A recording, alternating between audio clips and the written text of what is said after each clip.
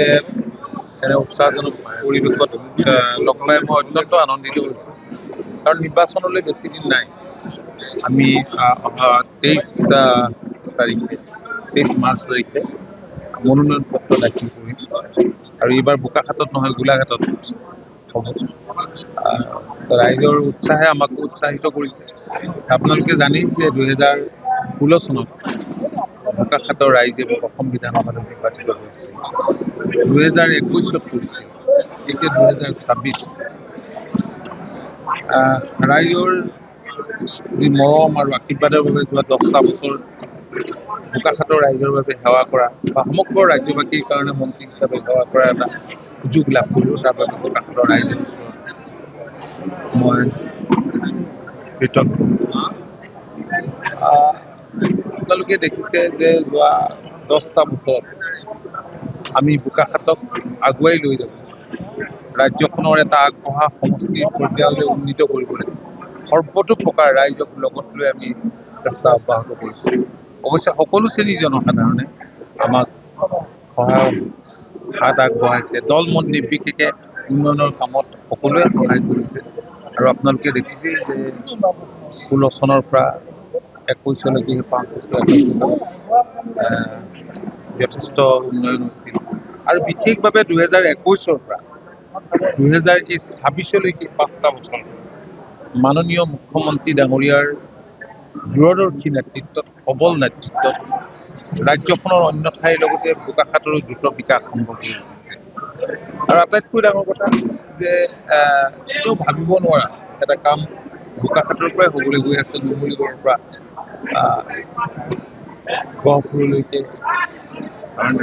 এটা টানেল, য'ত railway track থাকিব, এলিভেটেড কৰিডৰ হৈছে, 4 লেন হ'ব, ইয়াত চিকিৎসালয় হৈছে, পেট হস্পিটেল হৈছে, আন্তঃৰাষ্ট্ৰীয় মানদণ্ডৰ অৰ্কিড পাৰ্ক হৈছে, এটা হিষ্টৰিকেল মিউজিয়াম হ'বলৈ গৈ আছে, ষ্টেডিয়াম হৈছে। বাকীটো আপোনালোকে দেখিছেই যে বহুত নতুন নতুন শিক্ষানুষ্ঠান ইয়াত বাগিচা অঞ্চলত গঢ় লৈ উঠিল, এখন মডেল কলেজ হৈছে, আৰু বহুত পৰিকল্পনা আছে। আমাৰ মূল কথা হৈছে যে অগ্ৰাধিকাৰ ভিত্তিত আমি সমস্যাসমূহ সমাধান কৰিবলৈ চেষ্টা কৰিছোঁ। এটা সময় আছিল য'ত গ্ৰামাঞ্চললৈ গাঁৱলৈ যাবলৈ ইয়াত ৰাস্তা পদূলি অৱস্থাই নাছিল, দলং নাছিল, কাৰণ বান অধ্যুষিত এটা অঞ্চল। কিন্তু যোৱা 10টা বছৰত আজি বহুত কিলোমিটাৰ ৰাস্তা আমি পকীকৰণ কৰিলোঁ, দলংবোৰ নিৰ্মাণ হ'ল।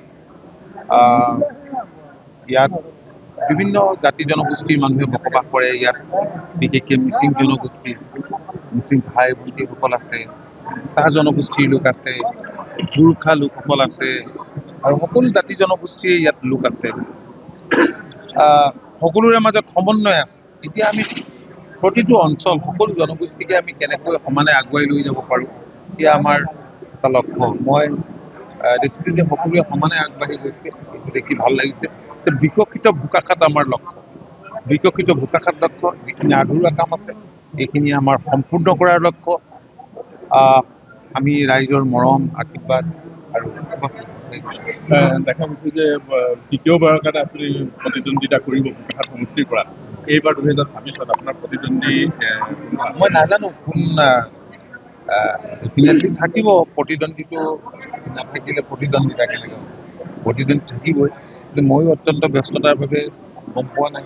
কাৰণ এতিয়া নমিনেশ্যন পত্ৰ দিলেহে গম পাম কোনে কোনে মনোনয়ন পত্ৰ দাখিল কৰিব। সকলোৰে অধিকাৰ আছে এখন গণতান্ত্ৰিক দেশত,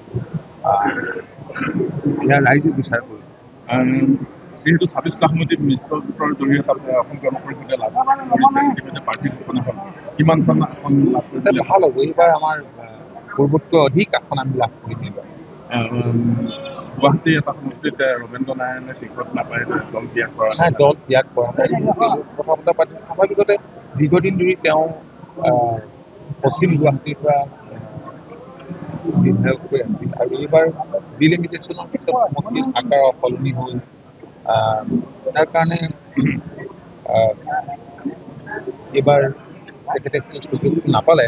স্বাভাৱিকতে মনত আক্ষেপ থাকিব। মই কথা বতৰা হৈছোঁ মুখ্যমন্ত্ৰী ডাঙৰীয়াৰ, তেখেতৰ লগত কথা বতৰা পাতিলোঁ।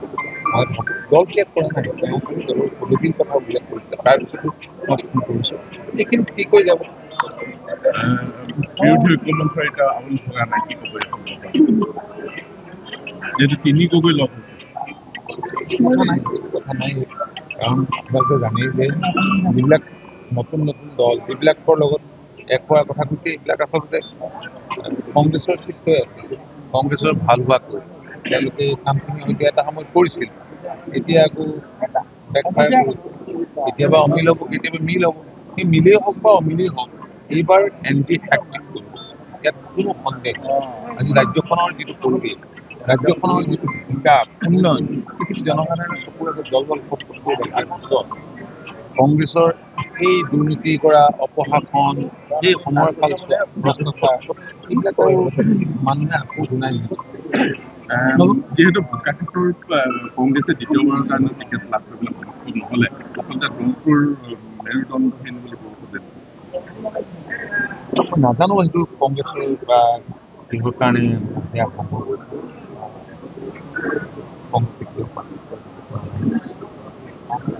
মই সেইখিনি কথা আৰু ক'বলৈ নাযাওঁ। কিন্তু ইয়াত কোনো মই দেখিছোঁ, মই যিটো অনুভৱ কৰিছোঁ আৰু ৰাইজে বুজিছে, ৰাইজে ডেভেলপমেণ্ট, কাৰণ বোকাখাতটো কেনেকুৱা অৱস্থাত আছে, আজি কেনেকুৱা পৰ্যায়লৈ গতিকে ৰাইজে সঠিক সিদ্ধান্ত ল'ব। যোৱাবাৰ যিহেতু আপুনি 21ত ৭২,০০০ অধিক ভোট লাভ কৰিছিলে, এইবাৰ কিমান আশা কৰে আচলতে? এইবাৰ 1,64,০০০ ওপৰত ভোটাৰ আছে। চাওঁ নমিনেশ্যনবিলাক দি লওক, তাৰপিছত মই কম কিমান আছে। মোৰ অনুদান পত্ৰ এতিয়ালৈকে দিয়া নাই। মোৰ বিশ্বাস ৰাইজৰ মৰম, আশীৰ্বাদ, শুভেচ্ছা আমাৰ ওপৰত আছে আৰু ইয়াত ভাৰতীয় জনতা পাৰ্টীৰো শক্তিশালী ভেটি আছে। জিলাৰ সাধাৰণ সম্পাদক আছে, অসম গণ পৰিষদৰো শক্তিশালী ইয়াত ভেটি আছে, তদ্ৰূপ সন্মিলিত গণশক্তিও আমাৰ লগত আছে। গতিকে আমি তিনিওটা মিলিত শক্তিৰে ইয়াত এনেকুৱা এখন যুঁজ দিম, এইবাৰ বিৰোধী সম্পূৰ্ণভাৱে ইয়াত নৎসাত হোৱা আপোনালোকে নিজেই দেখিব। গতিকে আমাৰ ফালৰ পৰা আপোনালৈ আন্তৰিক শুভেচ্ছা আৰু বহুত বহুত ধন্যবাদ। আপোনালোকৰ শুভেচ্ছা আমাক সদায় লাগিব, কাৰণ গণতন্ত্ৰৰ চতুৰ্থ স্তম্ভ হৈছে সংবাদ মাধ্যম আৰু আপোনালোকে বিভিন্ন সময়ত যিবিলাক সমস্যা সম্পৰ্কে দাঙি ধৰে সংবাদ মাধ্যমৰ জৰিয়তে, সেইবিলাকেও কেতিয়াবা আমাক বহুত সমস্যাৰ বিষয়ে সমস্যাৰ চকুৰ আগত আনি দিয়ে। কাৰণ অত্যন্ত কৰ্মব্যস্ততাৰ বাবে আমি বহুতখিনি কথা জানিবও নোৱাৰোঁ, কিন্তু সেইখিনি আমাক সহায় কৰে। তাৰ বাবে আপোনালোকক মই বহুত বহুত ধন্যবাদ জনাইছোঁ আৰু অনাগত দিনত আপোনালোকৰ যেনে স্পষ্ট তেনে ধ্যান ধাৰণেৰে আগবাঢ়ি যাব বুলি মই আশা ৰাখি আপোনালোকক সহযোগিতা কামনা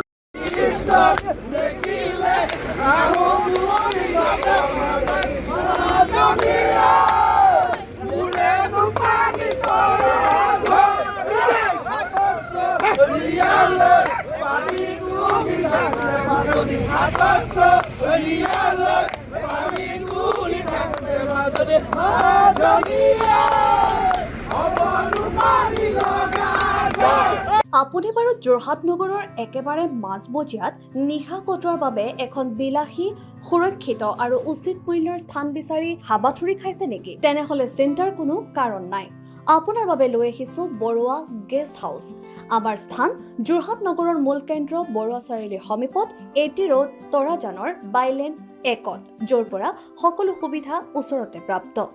বৰুৱা গেষ্ট হাউচত আপোনাৰ সেৱাৰ বাবে উপলব্ধ সুবিধাজনক পাৰ্কিঙৰ ব্যৱস্থা, ঘৰুৱা খাদ্যৰ সোৱাদ, 24 ঘণ্টাই পানীৰ সুবিধা, জেনেৰেটৰৰ সুবিধাৰে নিৰন্তৰ বিদ্যুতৰ যোগান, এচি আৰু নন এচি কোঠাৰ সুবিধা। ইয়াৰ উপৰি কৰ্মৰত ব্যক্তিসকলৰ বাবে আছে পেইং গেষ্টৰ বিশেষ ব্যৱস্থা। আপোনাৰ প্ৰয়োজন অনুসৰি উপযুক্ত সেৱা আজিয়ে লাভ কৰক। গতিকে দেৰি নকৰি আজিয়ে যোগাযোগ কৰক আৰু আপোনাৰ কোঠাটো বুক কৰক। আমাৰ যোগাযোগ নম্বৰ 9859917909 অথবা 9207050900 নম্বৰত। বৰুৱা গেষ্ট হাউচ, আপোনাৰ ঘৰৰ পৰা দূৰত, আপোনাৰ নিজা ঘৰ। আপুনি আপোনাৰ ব্যৱসায়ৰ প্ৰচাৰৰ বাবে চিন্তা কৰিছে নেকি?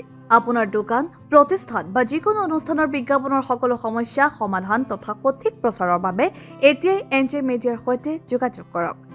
আমাৰ যোগাযোগ নম্বৰ 8638916352।